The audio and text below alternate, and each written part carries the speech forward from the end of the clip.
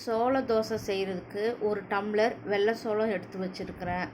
அதே டம்ளரில் அரை டம்ளருக்கும் கம்மியாக உளுந்து எடுத்து வச்சுருக்கிறேன். ஒரு டீஸ்பூன் வெந்தயம், ரெண்டையும் தனித்தனியாக கழுவி தண்ணி ஊற்றி ஊற வச்சுக்கரலாம். ஒரு 3 மணி நேரம் ஊறட்டும். 3 மணி நேரம் கழித்து ஒரு மிக்ஸி ஜாரில் ஊற வச்ச உளுந்து வெந்தயம் சேர்த்து தண்ணி ஊற்றி நைஸாக அரைச்சி எடுத்துக்கரலாம். அதே மிக்ஸி ஜாரில் ஊற வச்ச வெள்ளை சோளம் கொஞ்சம் உப்பு சேர்த்து அதையும் நைஸாக அரைச்சி உளுந்த மாவில் இந்த சோள மாவையும் கலக்கி வச்சிடலாம். கலக்கி வச்சு ஒரு 5 மணி நேரம் புளிக்க வச்சு எடுத்துக்கரலாம். 5 மணி நேரம் கழித்து மாவு நல்லா புளிச்சு வந்துருச்சு. அதை ஒரு கரண்டியில் கலக்கி வச்சு ஒரு தோசைக்கல்லை அடுப்பில் வச்சு தோசை ஊற்றிக்கரலாம்.